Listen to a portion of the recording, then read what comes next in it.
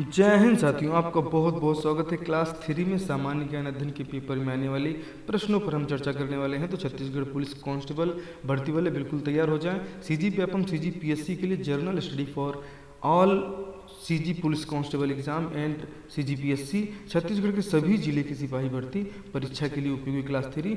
चलिए इस सेशन को शुरू करेंगे। और ये तिरंगा सीरीज आपके बीच में आगाज हो चुका है और जैसा कि लाइनें भी आपको मिलती हैं कि हो चुका आगाज रण का युग बदलने की तैयारी और जीत उसी की होगी जिसका संघर्ष है जारी। तो चलिए संघर्ष आपका कहाँ तक पहुँचा, क्लास 1 और 2 को आपने देखा कि नहीं देखा, तिरंगा सीरीज के बारे में बताइएगा। और पहले ही प्रश्न से आज हम शुरू करने वाले हैं। छत्तीसगढ़ पुलिस कांस्टेबल भर्ती, चलिए तिरंगा सीरीज 3 को लाइक कीजिए। पहला प्रश्न देखिए, भारत का प्रथम परमाणु रिएक्टर अप्सरा कब प्रारंभ हुआ? साल 1955, 56, 1957 या 1958। सभी प्रश्न मोस्ट इंपॉर्टेंट होंगे और जिस प्रश्न का उत्तर होगा साल 1956 में अप्सरा क्या है, हमारा परमाणु रिएक्टर है। जो अप्सरा जिसका नाम है 1956 में प्रारंभ किया गया था। प्रधानमंत्री पंडित जवाहरलाल नेहरू थे। एनटीपीसी जिसका फुल फॉर्म ही कई बार एग्जाम में पूछा जाता है, इसकी स्थापना कब हुई, जिसे नेशनल थर्मल पावर कॉर्पोरेशन कहा जाता है। साथियों साल 1960, 1975, साल 2001, 2005। आप जानते हैं 1975 में इंदिरा गांधी जी इमरजेंसी लगाने वाली थी और यहीं पे एनटीपीसी की स्थापना होती है, इसे याद रखिएगा। आगे बढ़ेंगे और अगला प्रश्न आपको कथन दिया गया, इस पर आपको विचार करना है। विचार ध्यान से कीजिएगा। जल के आयतन के आधार पर विश्व की सबसे बड़ी नदी अमेजन है। जी हाँ, ये कथन सही है क्या? तो हाँ, कथन तो सही है। यूरोपीय महाद्वीप की सबसे बड़ी नदी वोल्गा है। जी, यूरोपीय महाद्वीप की सबसे बड़ी नदी वोल्गा है, ये कथन भी सही है। कांगो नदी भूमध्य रेखा को 2 बार काटती है। जी हाँ, बिल्कुल काटती है। और लिम्पोपो नदी मकर रेखा को 2 बार काटती है। तो इतने प्रश्न बिल्कुल सभी कथन इसमें क्या है, आपको बताना है कि उपरोक्त में से कितने कथन सत्य अथवा असत्य है। कथन 1 व 2 असत्य है, कथन 2 व 4 असत्य है, सभी कथन सत्य है, केवल कथन 4 सत्य है। तो साथियों इसमें जो सभी कथन है ये सही आपके हो जाते हैं, क्योंकि जल के आयतन के आधार पर विश्व की सबसे बड़ी नदी अमेजन आप जानते हैं। यूरोप महाद्वीप की सबसे बड़ी नदी वोल्गा और कांगो नदी जो है साथियों 2 बार काटती है। अभी आप जानते हैं कि अफ्रीकी महासंघ पूरा हमारे जो है G20 में शामिल हो गया। लिम्पोपो नदी मकर रेखा को 2 बार काटती है, ये आप जानते हैं। भारत में खारे पानी की जो झील है, इनमें से कौन सी आपको दिख रही है? क्या बैकाल, सुपीरियल, चिल्का, टिटिका का? सभी के बारे में हम आपको बताने वाले हैं। तो चलिए चिल्का झील के बारे में सबसे पहले जाने। उड़ीसा में स्थित है और भारत में खारे पानी की ये झील मानी जाती है। आगे देखेंगे अगला प्रश्न क्या है कि सुपीरियर झील के बारे में भी बताएगी। संसार की मीठे पानी की झील के रूप में जानी जाती है। बैकाल झील अगर आप जानते हैं कि साइबेरिया में स्थित है और विश्व की सबसे गहरी झील इसी बैकाल झील को माना जाता है। टिटिकाका को भी चलते चलते देख लीजिए। बोलीविया में स्थित यह झील संसार की सबसे ऊंची झील मानी जाती है, जिसे टिटिकाका झील के नाम से जानते हैं। बोलीविया में स्थित है। टिटिकाका झील बोलीविया में है, साइबेरिया में है बैकाल झील और सुपीरियर झील जो मीठे पानी की सबसे अच्छी झील है। और भारत में खारे पानी की चिल्का को आप ध्यान रखिएगा। आगे बढ़ेंगे। सदाबहार वन किस प्रकार की जलवायु में पाए जाते हैं? कटिबंधीय, उष्णकटिबंधीय, ए एवं बी दोनों, या उक्त में से कोई नहीं। क्या है आपका सही आंसर? तो जो सदाबहार वन होते हैं साथियों, ये उष्णकटिबंधीय जलवायु में पाए जाते हैं। अगला प्रश्न देखिएगा, धरती के नीचे ज्वालामुखी के तरल पदार्थ को मैग्मा कहते हैं, ये कथन है। प्रकाश वर्ष दूरी की नहीं बल्कि समय की माप है। आप बताइए क्या ये सही है? भाई प्रकाश वर्ष हम लोग दूरी का जानते हैं। ध्रुवों पर दिन एवं रात 6-6 माह के होते हैं। जी हाँ, होते तो हैं। जब सूर्य भूमध्य रेखा के ठीक ऊपर होता है तब उत्तरी समशीतोष्ण क्षेत्र में वसंत ऋतु मानी जाती है। ऊपर में से कितना है, कितने कथन असत्य हैं, ये आपको बताना है। असत्य कथन तो आपको 2 दिख रहा है कि केवल कथन 2 क्या है साथियों, असत्य है, या केवल कथन 4 असत्य है। सभी कथन सत्य हैं, केवल कथन 4 सत्य है साथियों। तो केवल कथन 2 असत्य है, मतलब प्रकाश वर्ष दूरी की नहीं बल्कि समय की माप है। नहीं भैया, प्रकाश वर्ष दूरी की माप है, समय की माप नहीं है।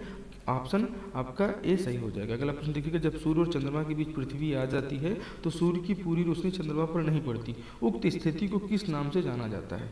जब सूर्य और चंद्रमा के बीच में पृथ्वी आती है तो सूर्य की पूरी रोशनी चंद्रमा पर नहीं पड़ती। इसे सूर्य ग्रहण कहते हैं, चंद्र ग्रहण कहते हैं, या दोनों कह देंगे, या उक्त में से कोई नहीं। तो भैया जब सूर्य और चंद्रमा के बीच पृथ्वी आएगी तो इसकी रोशनी चंद्रमा पर जब नहीं पड़ेगी तो इसी स्थिति को चंद्र ग्रहण की स्थिति कहा जाता है, इसे याद रखिएगा। अगला प्रश्न देखिएगा, पृथ्वी को सूर्य की एक परिक्रमा करने में लगे वक्त को क्या कहते हैं? क्या परिक्रमण कहते हैं, चंद्र वर्ष कहते हैं, सौर वर्ष कहते हैं, या इनमें से कोई नहीं साथियों?